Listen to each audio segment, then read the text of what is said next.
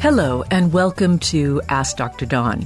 The opinions expressed in this program are those of the speakers, and this is a program intended for education and entertainment. It should not be construed as a substitute for a medical consultation. Well, I am going to dedicate the first half of this program to taking a more nuanced view of GLP-1 medications. I've always had a rather good opinion of these for, many years, since a patient of mine with type 2 diabetes began on them about 10 years ago. And he had left the area, and I went to visit his family and saw him, and he had lost a lot of weight, and I obviously didn't know what his medications were, and he told me, and I was like, oh, all right, I've heard of that. And I have to acknowledge, at that point, it was like every year or less, there was a new diabetes drug. They were just like popping up like mushrooms in January. And a lot of them worked, like Starlix, for example, a lot of them worked by beating on the pancreas. The thalidones did that. They make the pancreas work harder, right, and put out more insulin. But of course, the problem with type 2 diabetes is that the cells are becoming insensitive to insulin. So putting out more insulin lowers the blood sugar for a while, but it also increases the insulin resistance. And so you're on the primrose path to having to take insulin when your pancreas finally collapses in exhaustion. And so I didn't really know that much about this particular drug. I believe it was Victoza that he was on. But I was impressed by the weight loss, and his wife told me, now that he's lost weight, he's just gotten religion about what he eats, and he's biking to work, and he's eating so much less garbage, and our friend restabilized at a newer and much healthier level. So fast forward to about 4 years ago when the Marilyn Monroe moment arrived at the famous dinner that they do in New York. I forget, it's some sort of art league, but Art Institute or whatever, but everybody who's anybody shows up for that. And one very powerful influencer showed up wearing a dress that she had purchased that had originally belonged to Marilyn Monroe in a movie. And of course, she told all the people about it.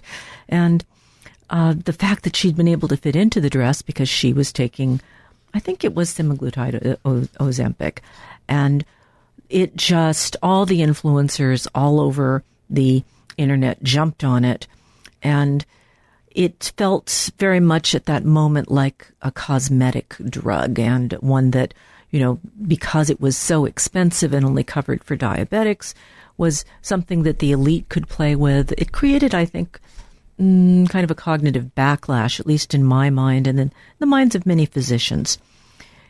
I think the behavioral weight loss programs around that time began to take a very big hit.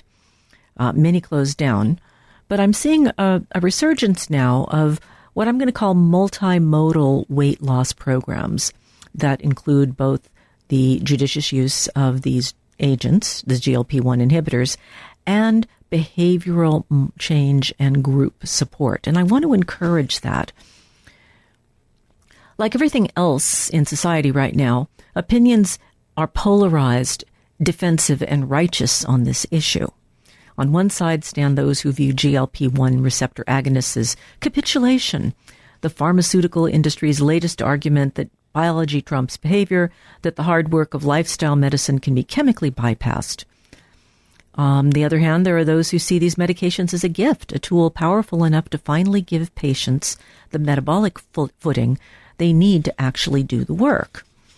And I want to spend some time tonight talking about that metabolic footing and bringing you some recent stuff out of Nature and Science magazines researching the phenomenon, not the GLP-1s directly, but tying into what I'm about to say.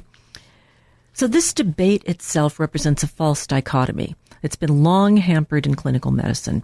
We don't argue We don't argue that antihypertensives undermine lifestyle intervention for hypertension. Ideally, at least my philosophy is we use them to reduce acute cardiovascular risk while we build the behavioral scaffolding that may eventually replace them entirely, or at least allow us to lower the dose and not progress to a second and then a third drug, which is exactly what happens if we don't fix the lifestyle. We don't treat statin therapy as incompatible with the Mediterranean diet. We're like, yeah, use them together, then you can take a lower dose of statins. Yet, I think with obesity, there's this kind of puritanical, moralistic frame that insists that behavior change must be earned, not enabled. I don't know, it's kind of crazy. Belly fat produces over 17 different hormones. It's not a calorie storage. It's an organ. And it's an organ that wants to grow. Once it starts growing, it releases compounds that do a number of things. And one of them is in pretty much guarantee that it will keep growing in that particular environment. And that environment includes what the person's eating. It includes what other comorbidities the person has, what their exercise is like, what their stress is like, what their sleep is like, all the things that lifestyle medicine really focus on. Belly fat torpedoes them, seriously. Leptin, for example. Belly fat produces the satiety hormone, but the heavier you are, the more satiety hormone you produce, right? You shouldn't want to eat more, but in fact, this leptin hormone, too much of it, just like too much insulin, leads to receptor resistance. So most people, if they get to the point of being obese, actually their satiety response is blunted, and they may not feel full when they're full, and they may not feel full, if they do ever feel full, for very long. Belly fat also, visceral adipose tissue, produces interleukin-6, which is a pro-inflammatory cytokine. Goes skyrockets when you get COVID, for example, or other bad viral infections like flu. Tumor necrosis factor alpha blocks insulin, also produced by belly fat. Blocking insulin increases insulin resistance. There's also a lovely hormone that I'd never heard of before called resistin. And resistin isn't so named because it increases insulin resistance, but also it's a pro-inflammatory agent. And then there's plasminogen activator inhibitor 2. This causes increased clotting and decreased melting of clots, which is really important. Plasminogen helps... I won't go into the blood clotting cycle. It's bloody complicated. But the clots are constantly being formed and broken down, and that they're in balance, rather like the bone balance. If you mess with the balance and the clots that form spontaneously don't melt spontaneously and pretty darn quickly, you can get emboli and you can get heart attacks. So this is the PAI-1 is the thing that is associated with the increased cardiovascular risk and stroke risk that goes along for the ride with obesity. There's also one called retinol-binding protein number 4. That decreases the ability of muscle to absorb and use glucose. Well, if you can't get glucose into your muscles, guess what? It's harder to exercise. Your muscles feel weak and you get tired more readily. So good, you don't burn so many of those excess calories, and the belly fat gets what it wants, which is to grow. There's also one called Clemerin. This summons inflammatory cells like macrophages into the fat. It also increases inflammatory mediators and increases fat accumulation in the belly. Therefore, fat that might have gone somewhere else goes to the belly. As we age, you may have noticed you lose fat in your face and gain it below the belly button. Well, there is a method to that. I'm not sure what it is, but certainly the belly fat is a self-perpetuating cycle. There's also visfatin, which modulates glucose metabolism, breaks it down more slowly so it hangs around longer. It's also pro-inflammatory. And then there's adiponectin. That's the only thing that goes down in that belly fat produces. And you want as much adiponectin as you can get because it increases insulin sensitivity. It suppresses gluconeogenesis, which is where the liver makes extra glucose overnight and you wake up with a high blood sugar even though you haven't eaten anything. You ever wonder about that? Yeah, that's why. It's the liver. It increases, these are all good things. You want less gluconeogenesis. You want increased fatty oxidation so you can burn that fat and use it for energy. It decreases inflammation. It blocks interleukin-6. Well, what can I say except that there's not much good to say about belly fat. We want to lower it and stop this vicious cycle. Once the cycle is set into motion, it really has a will of its own, and it has momentum. And it's foolish to apply a moral judgment about willpower because the gut brain has gone rogue. So what's going on neurobiologically with the GLP-1 agonists? GLP-1 receptors are expressed in the pancreatic cells, the beta cells, and in the GI tract, but they're all over the nervous system, the hypothalamus, the brainstem, the hippocampus, the mesolimbic reward system. And the pharmacological activation of these receptors does something really profound.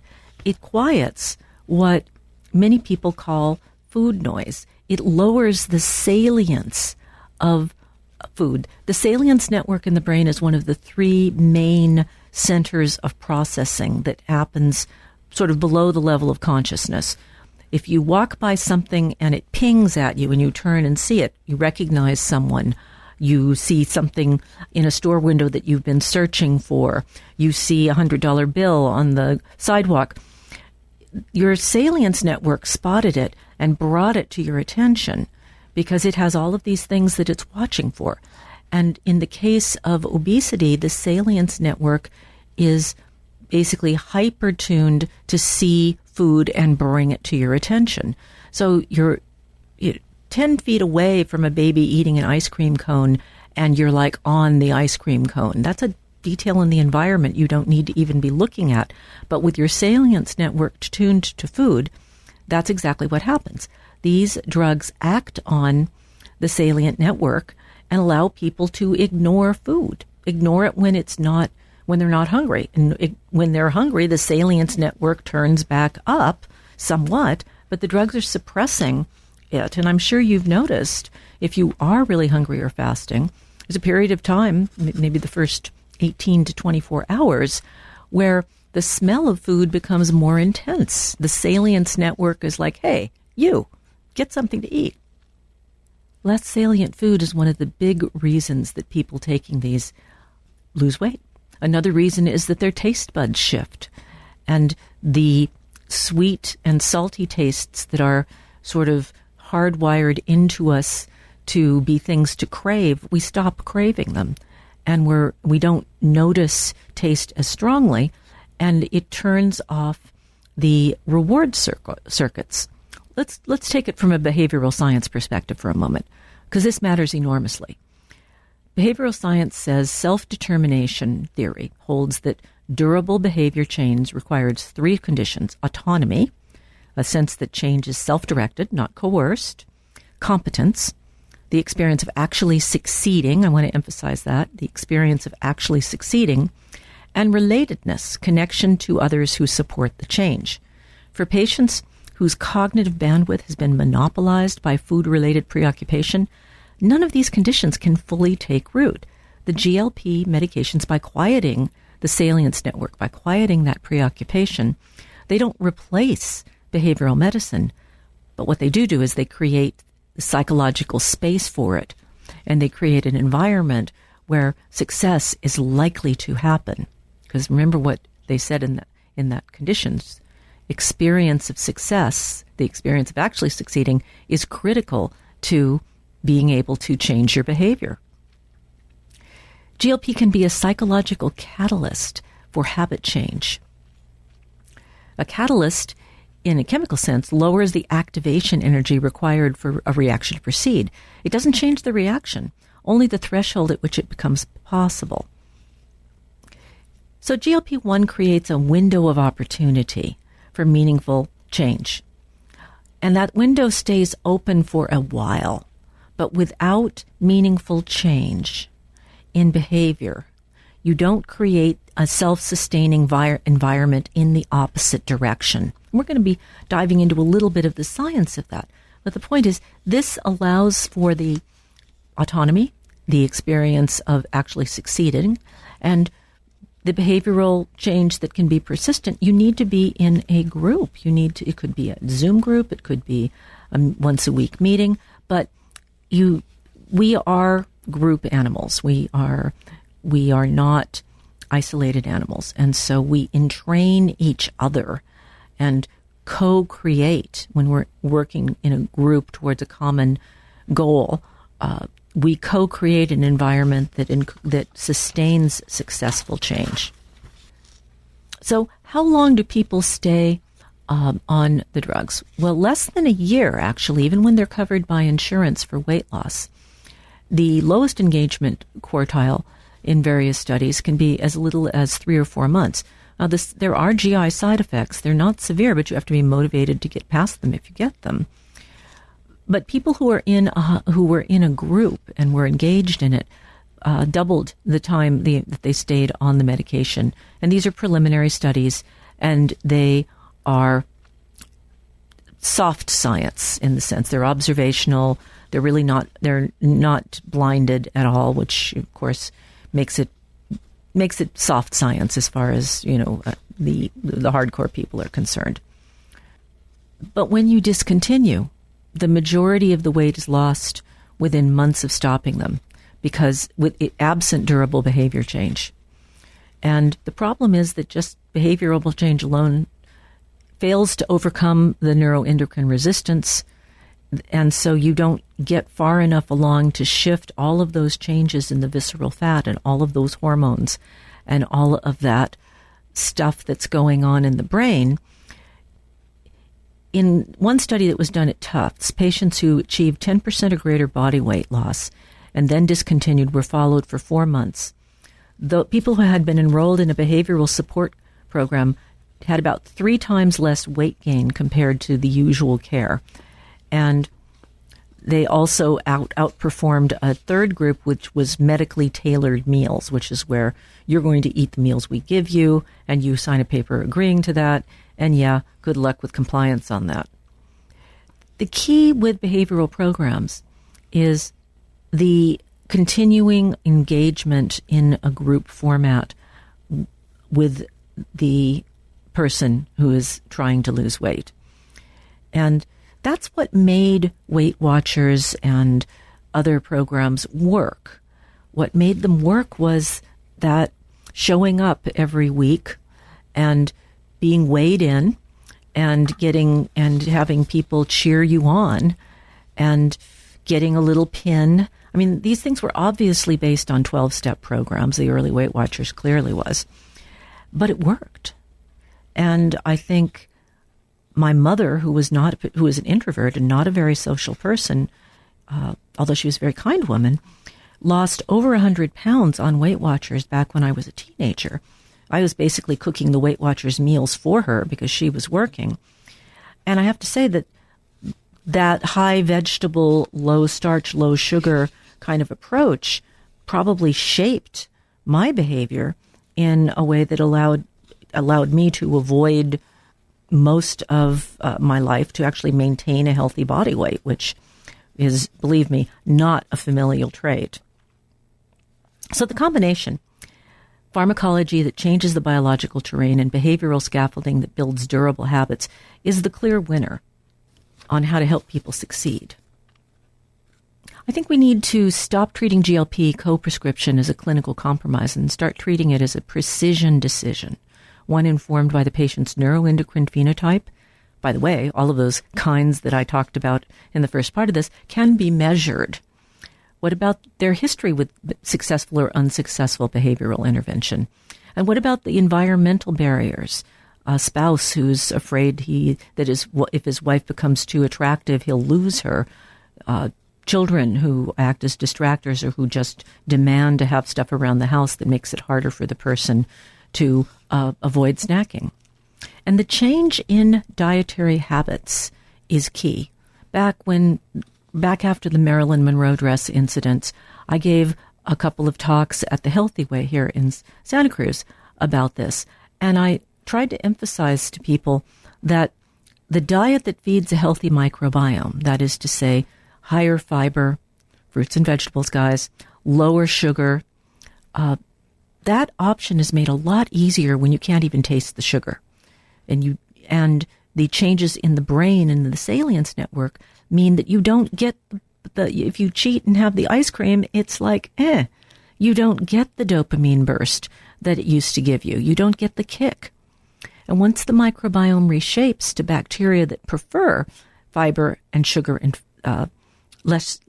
fiber and less sugar and fat, the gut brain has new programming and, a new set of supervisory bugs that are going to hand down edicts to the brain to choose that food, select that food, and not really eat more of that one because, you've got it. The microbiome, once reshaped, can help you retain the behavior. As the weight drops, also, it's easier to ramp up the daily exercise, which is a core part of lifestyle medicine, a core part of the new sustaining behaviors. From exercise comes more muscle mass. Muscle mass reduces insulin resistance. The satiety response returns to normal because as you gain muscle and lose fat, you stop making as much leptin, and your normal leptin spikes in response to a meal start to have salience again and kick off the satiety. So there is nothing that is shameful or bad about taking advantage of this pharmacology. But if you start it, first of all, for many people, there's a financial investment. You also need to make the lifestyle investment, or you may very well be just adding to the yo-yo that you've been on for years already. But the changes are simple and they're doable, and joining a group is easier and easier. Many insurances will pay for these groups for people who have obesity. Many Medicare secondary Medigap policies will pay for this because it is in very much the insurance company's interest to not have to pay for all of the other things that they will be paying for if you continue on the vector that you're on as a older diabetic person or pre-diabetic person or obese person. Sleep apnea and hypertension are also factors, both of which are made great. They're diagnoses, right? You can eliminate those diagnoses with weight loss. You can cure them. So now we're getting into, hey, maybe this actually causes another few pharmaceuticals and a cumbersome apparatus on your face every night to disappear. It's a huge shift in how we address a major health problem. And I'm very excited and hopeful that it's going to go somewhere really good. Okay, so obesity drugs, this is from Nature, November 2025. Obesity drugs quiet food noise in the brain. Here's how. So food noise is defined in this article as intrusive, compulsive thoughts about eating. And the researchers measured electrical signals in the brain of a person who had experienced this after the person began taking the medication. This study was the first to use electrodes to directly measure how blockbuster obesity drugs that mimic the hormone GLP-1 affect brain activity in people, and to hint at how they might curb extreme food cravings. Now, this was a piggyback on an existing study. A guy named Casey Halpern, a neurosurgeon scientist at University of Penn in Philadelphia, were investigating the effects, did not set out to investigate obesity drugs. Their goal was to test whether a type of deep brain stimulation, which is a therapy involved delivering a weak electrical signal directly into the brain, could help reduce compulsive eating for people with whom bariatric surgery hadn't worked. So they'd already had essentially a gastric bypass, and they hadn't gotten any better. Scientists set up a study in which participants had an electrode implanted into their nucleus accumbens, which is a region in the brain that's tied with feelings of reward. This type of electrode could record electrical activity and deliver an electric current, and it's already used to treat people with some forms of epilepsy. The way that works is when it detects a certain pattern of electrical activity in the brain, it changes it. It sort of interferes with it to keep it from gaining momentum and causing a seizure. For the study's first 2 participants, the researchers found that episodes of intense food noise were accompanied by a surge in low-frequency brain activity in the nucleus accumbens. And they thought, well, this could serve as a measurable sign of compulsive food cravings. And their third trial participant had just started taking a high dose of tirzepatide, which is Wegovy and Zepbound, and which had been prescribed by her physician to treat her type 2 diabetes. And so they followed her, and while taking the drug, that particular person's compulsions to binge eat vanished. And it was very striking to see that the food noise, the activity that had previously been seen in the nucleus accumbens was just silent compared to the other 2 people.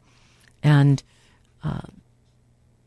what they found over time was a certain wearing off of the effect in her.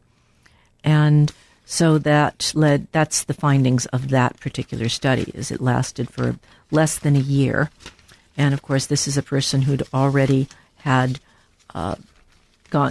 many, many treatments and many strategies tried before they could qualify for a gastric bypass, and still was having difficulty. So an unfortunate person.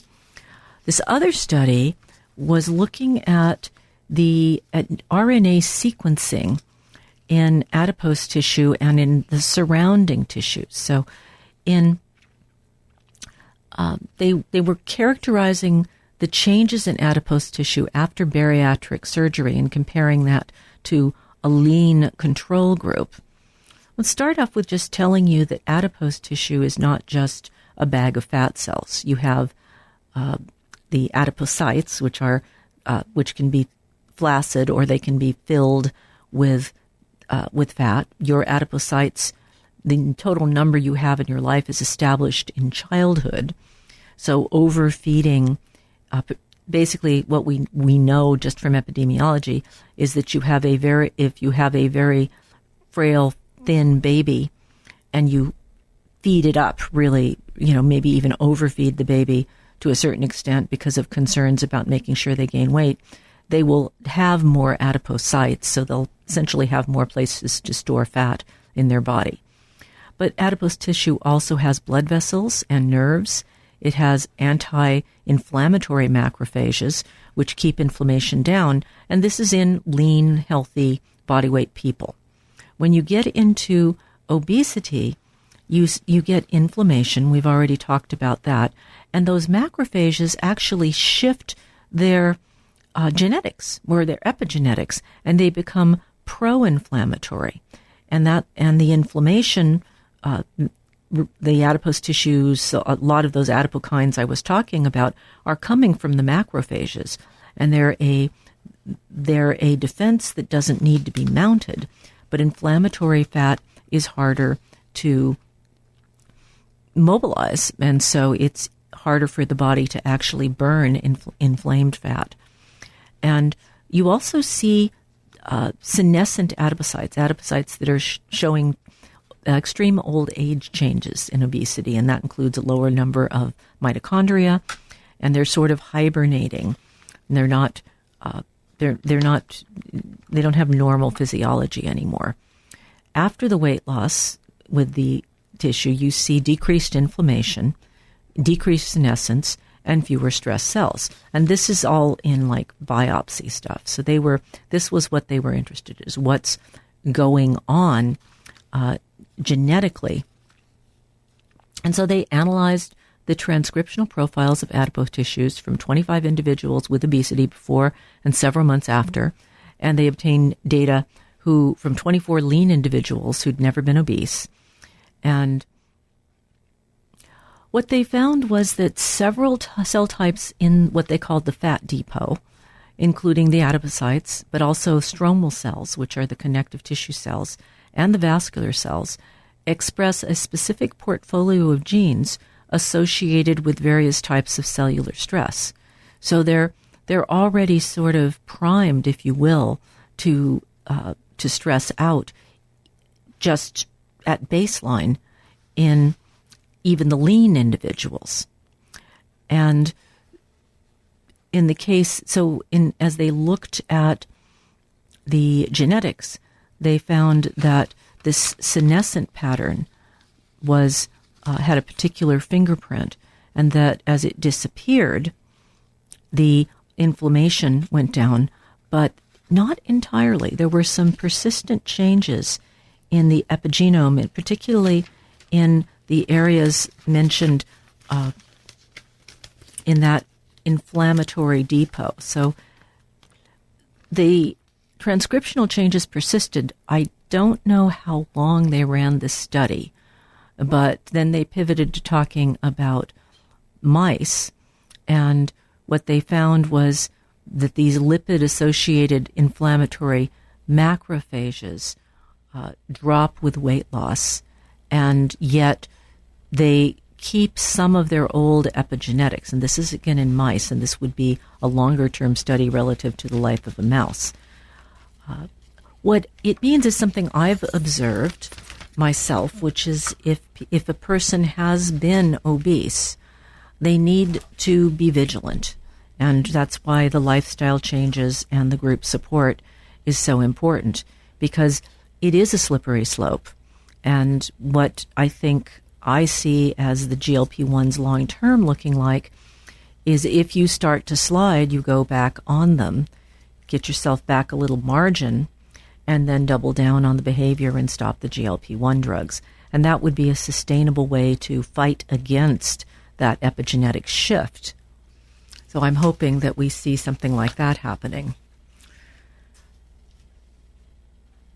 I'm hoping for a real change, because we have a real epidemic going on here, and it needs to be addressed.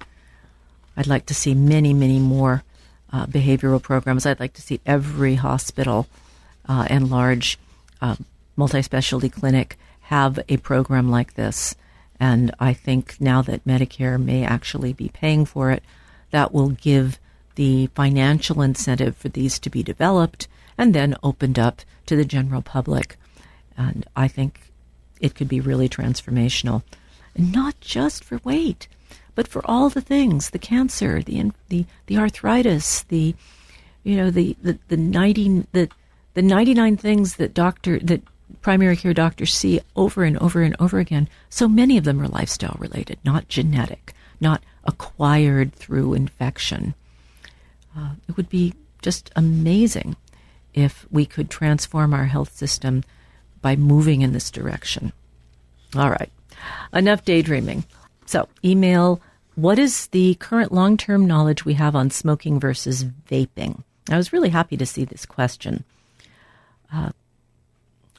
We can't know the long-term risk, and so what? Because there's no long-term data. Short-term, it's better than cigarettes, but it's still an issue. It's still a problem. E-cigarettes contain nicotine, propylene glycol,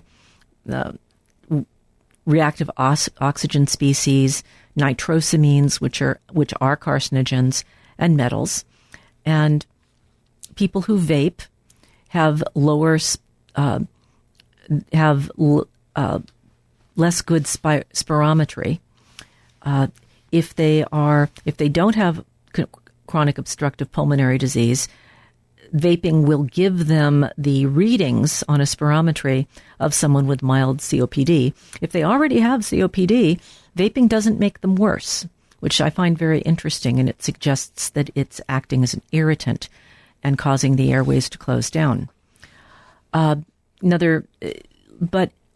Coronary artery disease, vaping for more than a year increases the relative risk for stroke by 1.62, and the risk it doesn't quite double the risk for MI. And of course, this is epidemiologic data, probably mainly looking at people who started vaping, but I don't know that for a fact. I think it's, are you now a vapor versus are you now a smoker?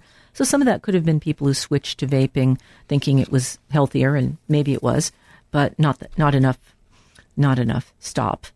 And big time, don't smoke and vape. Smoking and vaping have a multiplicative effect.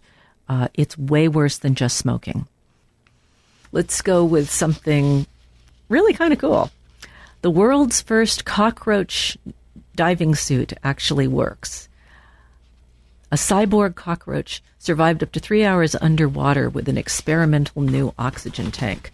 So what's the heck? Cyborg? Imagine a scenario, okay? There's an earthquake. You're trapped in the basement of the building. The pipes are broken and you're lying in a pool of water. The stairway is full of debris. The elevators are full of debris. You don't know what the state of the building is above you. How will they find you? Hours go by. And then you hear a tiny little skittering sound. And because it's so quiet, you notice it and you look, and coming through a pile of rocks and debris is a little cockroach with a plastic capsule on its back. It crawls out, and the little GPS light on its capsule begins to pulse. And now it's found you, and they can dig down to you and rescue you. Search and rescue gets very difficult in narrow places. And, there's dogs are big. They have great noses. But, cockroaches have really good noses, too. Scientists have tinkered with the idea of remote control insects for over a decade. This is how it works. First, you anesthetize the insect. Then you attach electrodes to its brain and sensory organs. Then the team can press a button on a remote controller to send a signal by stimulating one part of the brain to nudge the insect to turn right, to turn left, go straight ahead, even when it would normally stop. By working with the animal's natural biology, the cyborg bug requires far less computing power to operate, since it's not powered by motors and actuators that are needed for a robot. A cyborg doesn't need to carry around a battery, which could get in the way during a rescue operation. But it's not just a mindless zombie. It's actually critical that the roach maintains some level of autonomy so that it can naturally traverse objects and avoid hazardous debris. The human operator basically just makes sure it stays on path. So, for example, in a rescue situation, we only need to stimulate the cockroach to turn in its direction when it's taking the wrong way, or move when it stops unexpectedly. Osaka University roboticist Keisuke Morishima, who was not involved with the diving suit, said when he described the technology in 2023. But cyborgs also come with major downsides compared to robots. Maybe the most obvious is they need to breathe. So this severely limits the type of terrain they can access, and in the case of rescue operations, which often involve water-flooded spaces or areas with toxins in the air, it's pretty significant. So the world's first diving suit was engineered. The engineering team wanted to design a system that was lightweight, didn't require a lot of complex mechanical parts. So for the oxygen tank, I love this part, they settled on using a sponge coated with a catalyst made of magnesium dioxide. The chemical compound can slowly break down when exposed to hydrogen peroxide, which would in turn create oxygen. The oxygen released in the tank then flows into 4 silicone supply tubes that are attached to the roach's spiracles. Spiracles are these little holes in the edge of the thorax of a bug that let air circulate in to the gills and effectively oxygenate the blood of the insect. The roach doesn't seem to mind wearing the chunky backpack, according to the researchers. It's about 10 by 10 millimeters, by the way, so around a square garbanzo bean would be about the right size. I will point out that the article failed to interview any of the roaches involved, so we really don't know their opinion. But it's 3D printed plastic-like material, as I said, 10 by 10 millimeters, connected wirelessly to a simple controller, and the human overseer can use that to dictate the roach's movement. So they printed it together, put it together, and dropped some bugs in a maze, and it had some pitfalls and some hazardous zones, and the Cyborg just did great. It could last underwater with this particular apparatus for about 3 hours compared to less than a few minutes in other circumstances. And there's a nice, it's sort of a soft silicone, the image of this that I have here, it looks like a large capsule that someone pulled apart and popped over the back of a cockroach, and there's a little tiny circuit board on top with connectors that presumably are going off to the battery, which you can't quite see in this image. But the idea of little autonomous things like this is just really, really intriguing. So while we're on 3D printing and futurism, 3D printing onto living tissues. In a paper published in Science Advances, a team of researchers led by Yong-Lin Kong and his colleagues at Rice University in Houston propose another application for 3D printing. They've come up with a way to print electronic circuits onto delicate materials, including living tissue. The researchers hope this could eventually lead to medical implants that wirelessly monitor the condition of their recipients, high-tech pills, and more. Now, 3D printing is not new. 3D printing circuitry is not new either. A Nano Dimension company in Massachusetts prints electronics onto communications equipment. There are printers that build antennas directly into smartphone cases and print circuits on touchscreens and solar panels. And this process uses electronic inks that contain little particles of conductive material like copper, silver, or gold. And the particles are fused together to form a conductive pathway, usually in a process called annealing, which involves either heating the whole thing in a furnace or zapping the links with a laser. But the heat needed to fuse the particles can damage sensitive materials, including polymers and living tissue. And this is the issue that Dr. Kong and his colleagues think they've overcome. They've developed a way to anneal electronic inks using microwaves focused into a beam smaller than a human hair. The precision of the beam is such that it ensures that only the ink particles heat up, avoiding any damage to the surrounding substances. And they're able to focus the beam onto a dot less than 200 millionths of a meter across. And the kit itself is really small. It can be fitted into a standard desktop 3D printer. And in addition, by adjusting the power, you can change the ultimate microstructure of the ink. So this can be used to create regions of higher or lower conductivity. So you can set up a resistor within the wiring. So it's going to be perfectly flat. So they want to use, they're using already, science is using 3D printing to make heart valves and tracheas, and also scaffoldings for ear replacement in the case of people who had a damaged ear. But if you added circuitry, you could turn these grafts into sensors. They could monitor the patient's progress in real time, or even stimulate the activity of the organ they're printing on. So you could basically have a heart valve / pacemaker maybe. So they printed a strain gauge onto a cow's femur and the sorts of polymers that are used in replacement knees and hips for human patients. Another idea would be ingestible diagnostic devices. You could carefully control the release of a drug, so it wouldn't be just where the release of a drug is kind of flattened out. It would be, you could just have, I can think of a patch, for example, that's just putting a very, very even amount of a drug into your body for days, maybe even. And of course, the canvas for that we have on our skin. Immediately as I was reading this article, I started thinking about the tattoo potential. Decorative electronic tattoos. Your ring is the battery, and a little line tattooed on the back of your hand essentially takes the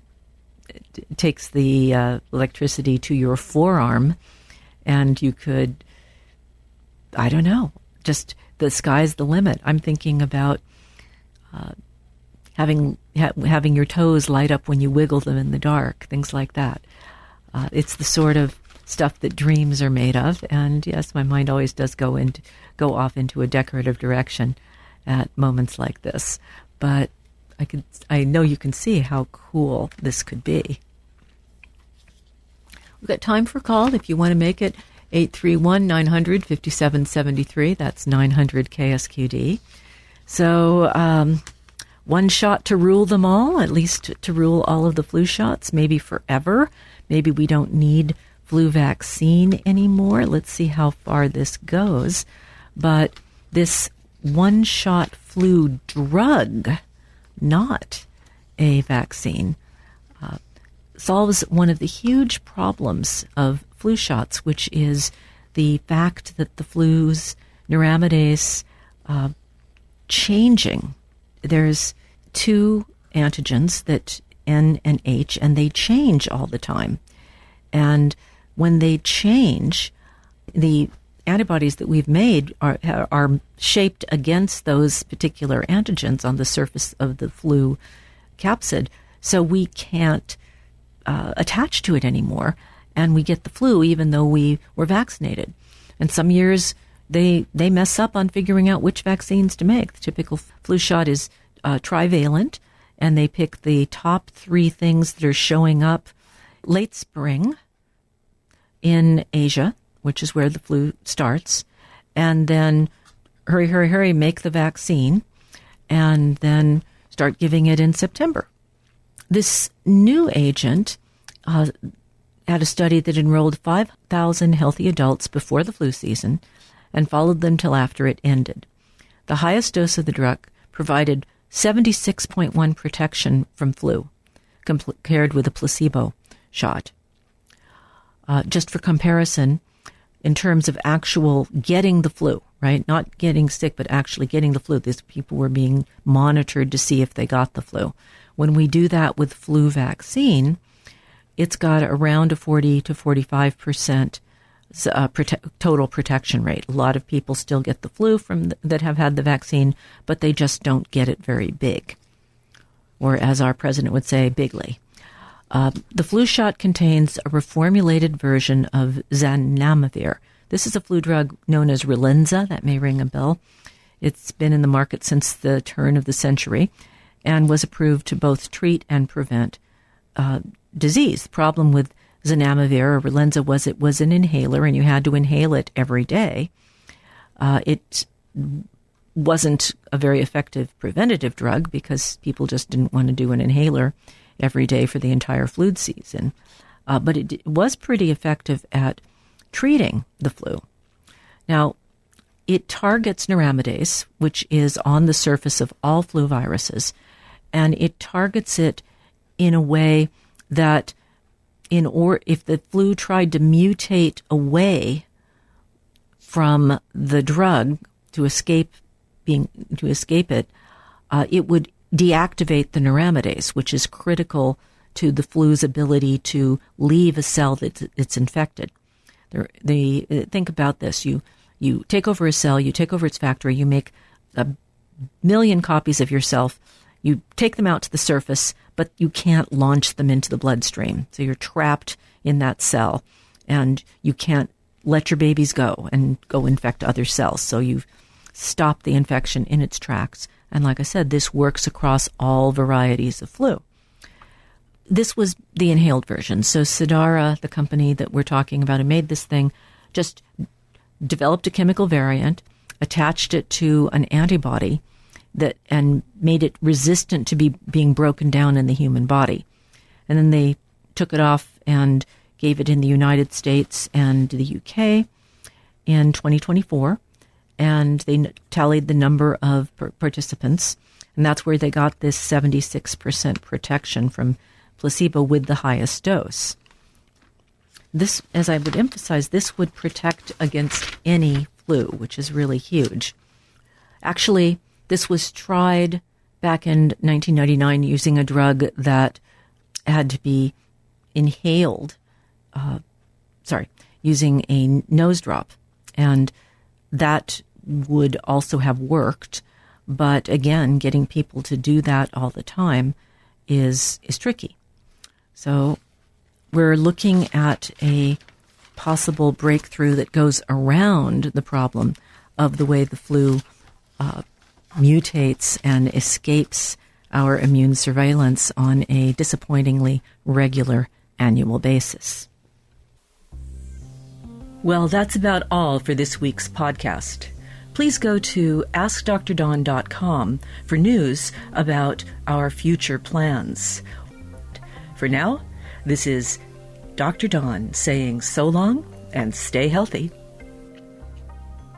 Ask Dr. Dawn is brought to you by Jiva Media. Production and editing by Charles Bansky. Music by John Scoville.